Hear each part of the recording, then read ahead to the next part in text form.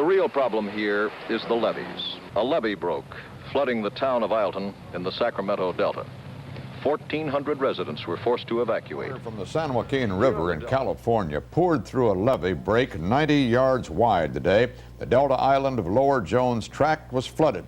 45,000 acres of farmland were threatened in the area. There will have to be a massive statewide cleanup. There is considerable damage to California's agricultural crops. One of the biggest problems, levees, weakened by too much water. Yesterday, one broke in the town of Meridian, north of Sacramento. But in a race against nature, the people in Meridian are building an earthen dam to try and stop the flow of water. crews built another levee just in time.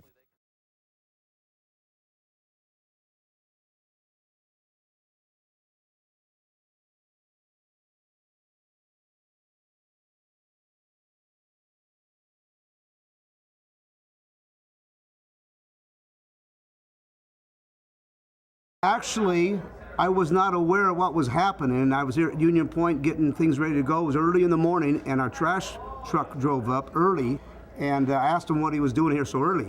And he told me to turn my TV on and check the news. He wanted to get the trash out and get off the island before possible flooding. Well, if you were standing right here during the Jones Tract break, you wouldn't be standing here very long. You'd have probably about 10 or 12 feet of water pouring through on top of you. I got a knock on the door about 3 in the morning by the sheriff's department asking me to evacuate.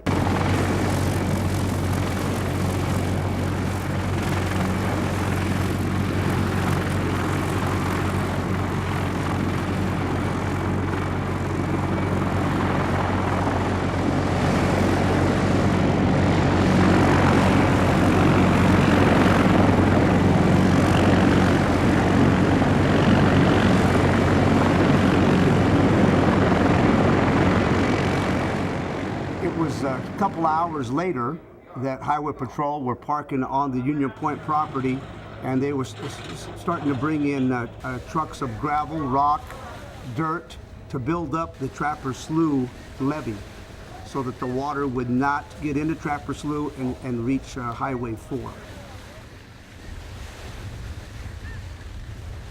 And you have to remember, these were summer water levels. We weren't in a flood. If we were in a flood event, we'd probably see another 3 or 4 feet of water on top of that, and the flood would have been much worse. We probably wouldn't have been able to hold it at Trapper Slough, and probably would have seen thousands of more acres flooded. We walked over to the levee on Trapper Slough, and we could see the water coming across the field like a large blanket covering the crops as it was coming towards me.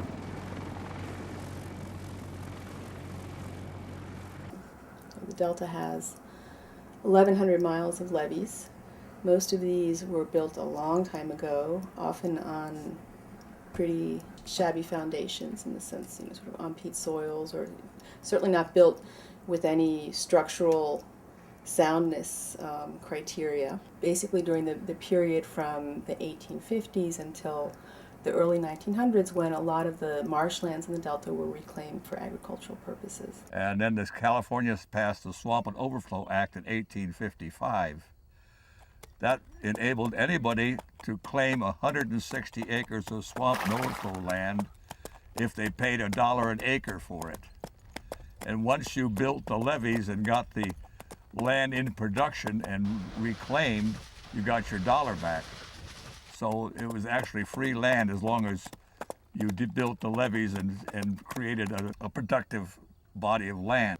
In this area, the Chinese fellows cut blocks of peat like brick, dried it in the sun, and then built a wall along the area that they wanted to be a levee.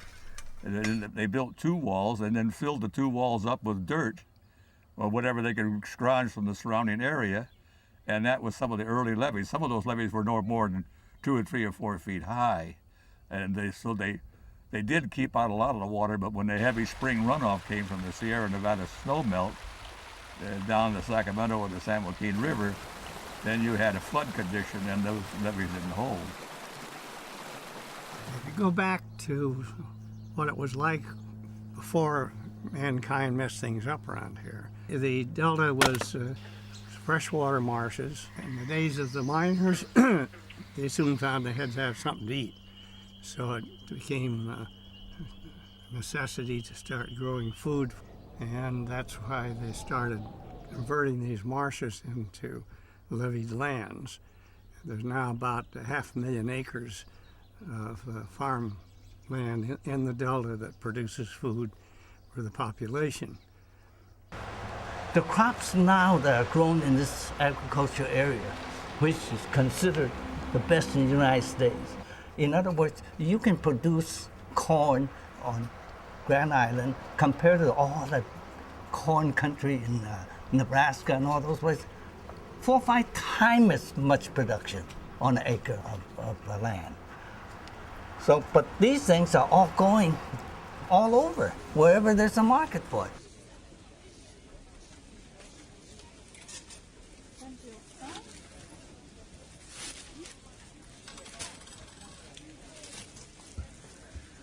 People in the cities, and especially people in Southern California, which a lot of this water here goes down there, I don't think they have a clue where their water comes from. They turn the faucet on and they have water, and that's great.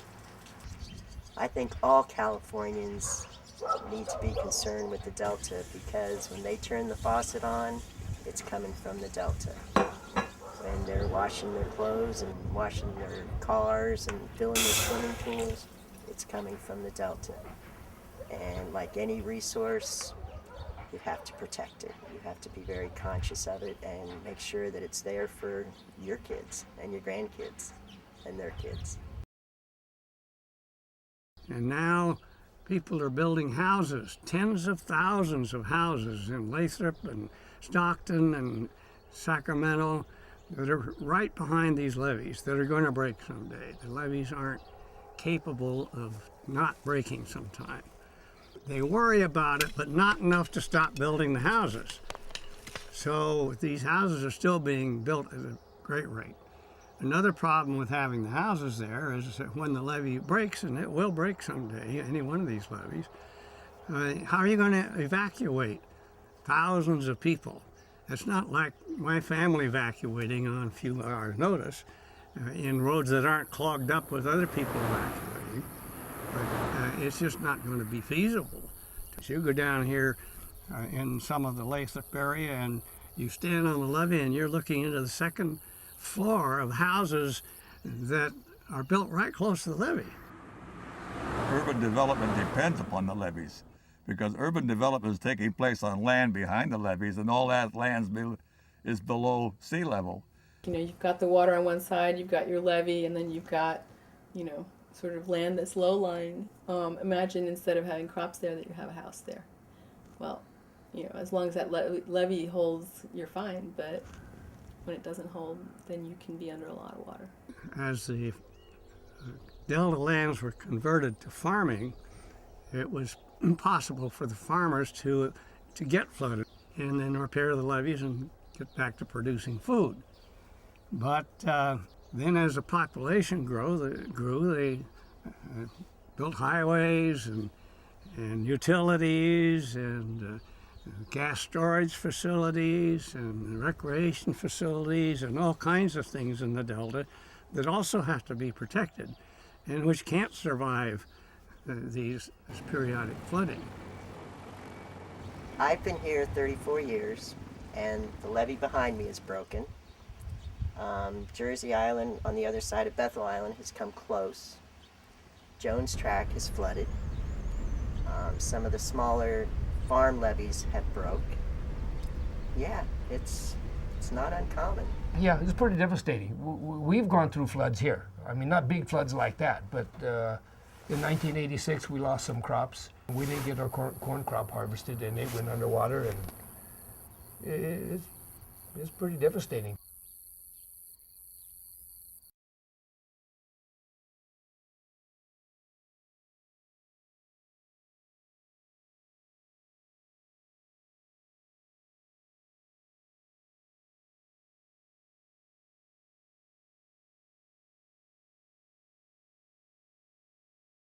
The Delta is important to California in a lot of different ways. The thing that people in the water community talk about the most is the importance of the Delta, the way we manage our current water supplies. The way we manage our water supplies currently, and this has been a system that's been in place really since the beginning of the big water projects, the Central Valley Project back in the 1940s, is that we move water from Northern California watersheds through the delta, and then at the southern point in the delta we pump it out and send it to various points to the south and to the west. So that, you know, that water now supplies large parts of the Bay Area, or urban areas in the Bay Area, large parts of Southern California urban areas, and then large parts of the San Joaquin Valley agriculture.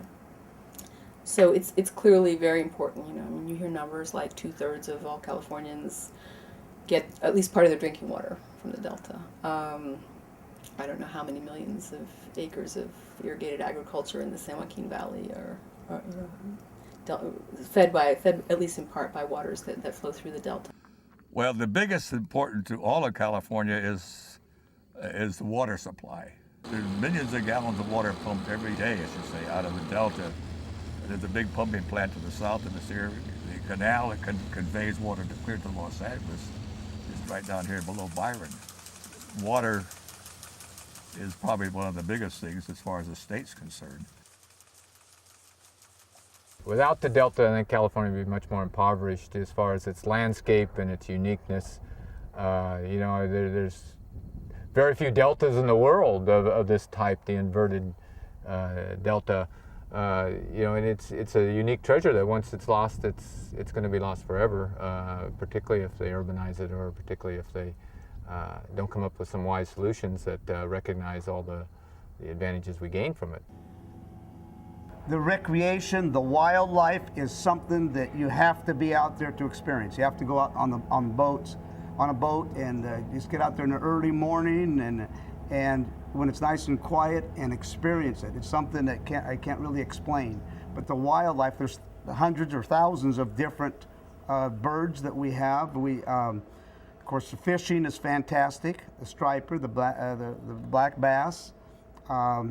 The recreation for the skiers, wakeboarders, it's probably some of the best recreation area that California has to offer. And it's all beautiful. It's something that can't be really described unless you really see it. For people that have never been on it, it's like trying to describe Yosemite National Park. If you haven't been there, you can't really appreciate it. You have to see it yourself. And the Delta is to me, is just as exciting as Yosemite National Park.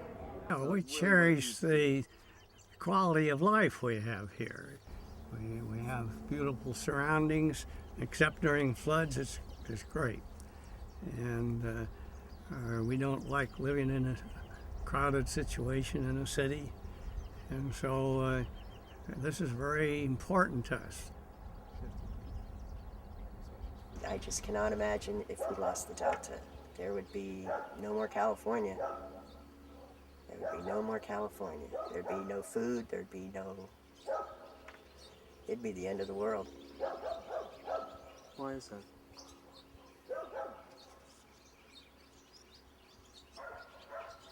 Don't.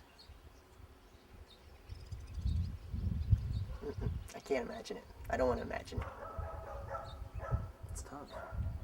It would be, to lose the Delta would definitely be the end of my world.